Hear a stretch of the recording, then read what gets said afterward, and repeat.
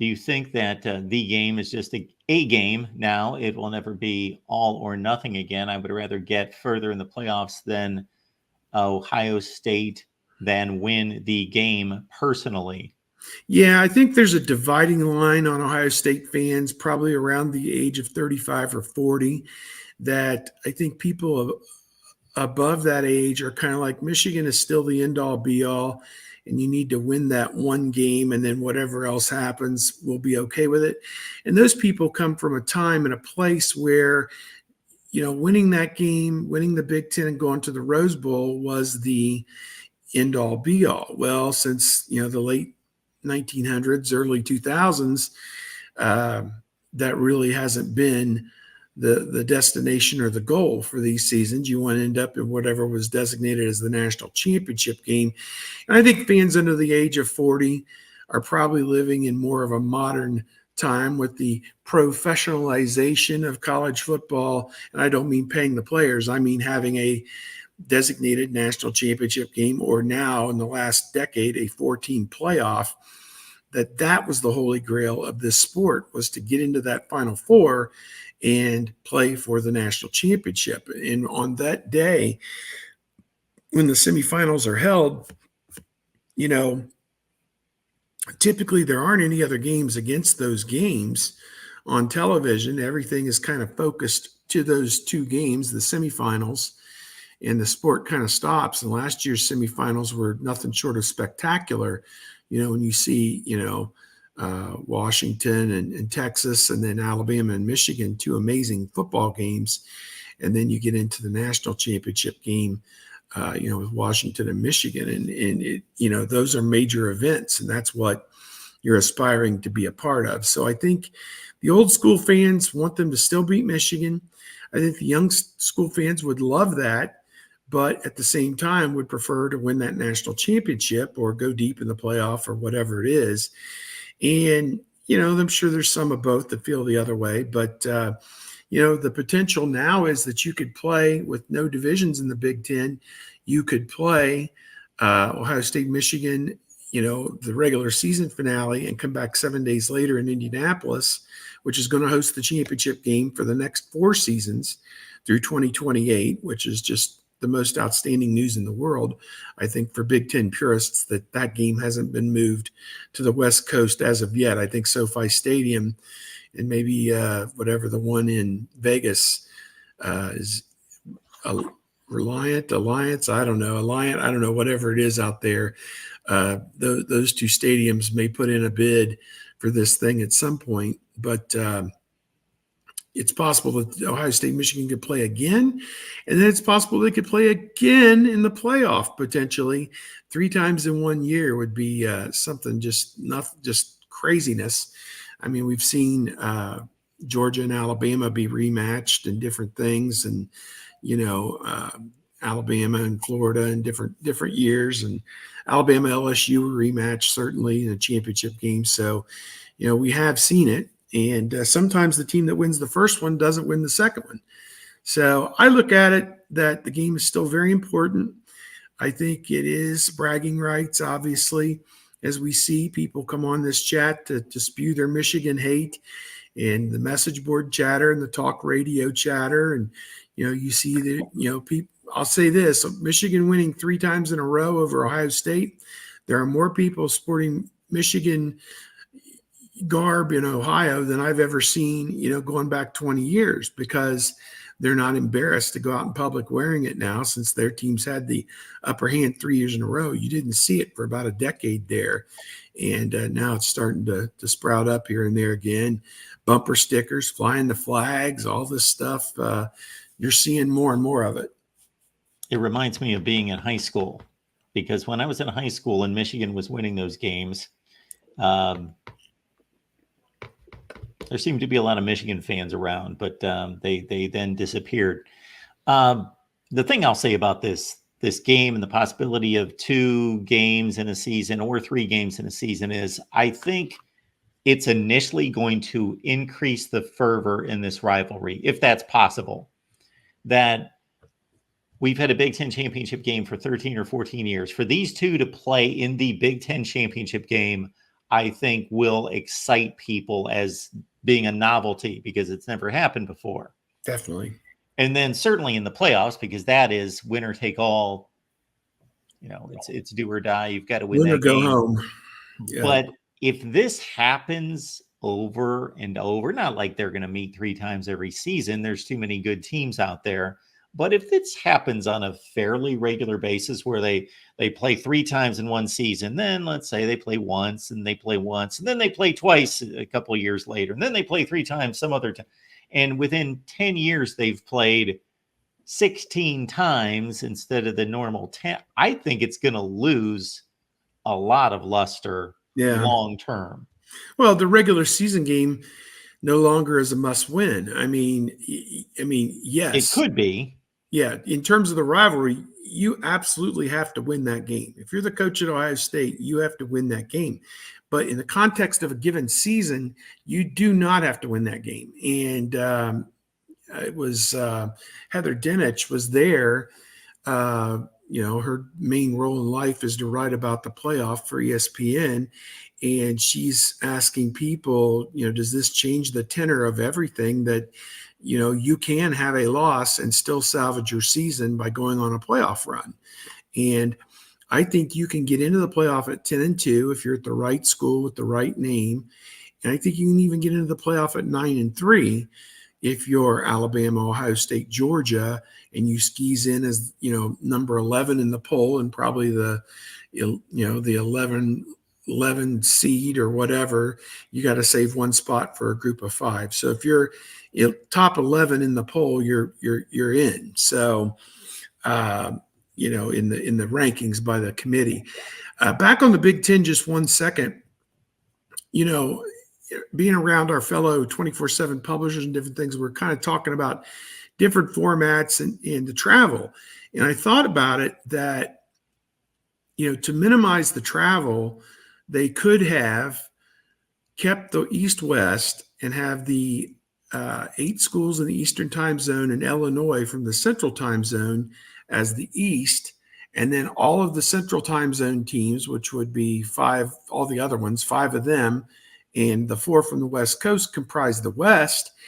And it really would have cut down the travel because you would have played 8 games within your division, and you would have had, the travel wouldn't have been nearly as bad.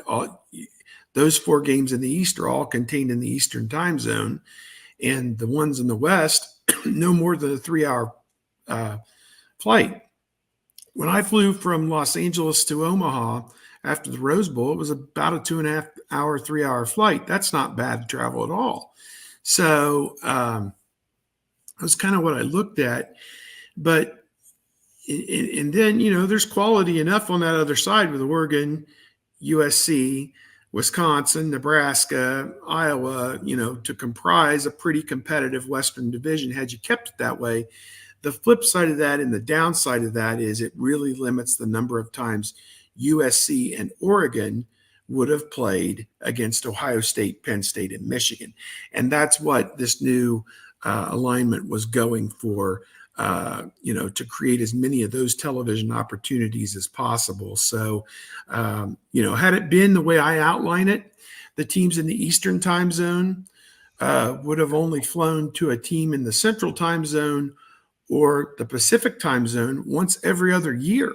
That's it. And so really would have negated the travel deficit in my mind had they done that. But, they opted not to. We have what we have with an 18-team league. I joked with my friends that we're going to end up with a morass of 10 schools. You're going to have 3 at the top, 3 at the bottom, and then 10 or 11 in the middle that are all between 5 and 7 overall and 7 and 5.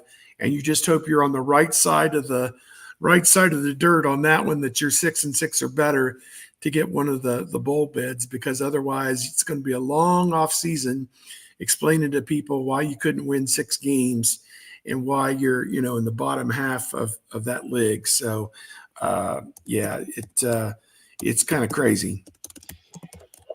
Yeah, it's not the greatest look to finish last in a division, but to finish 18th in the Big Ten, Ryan Walters or whomever that Just may one be. sec.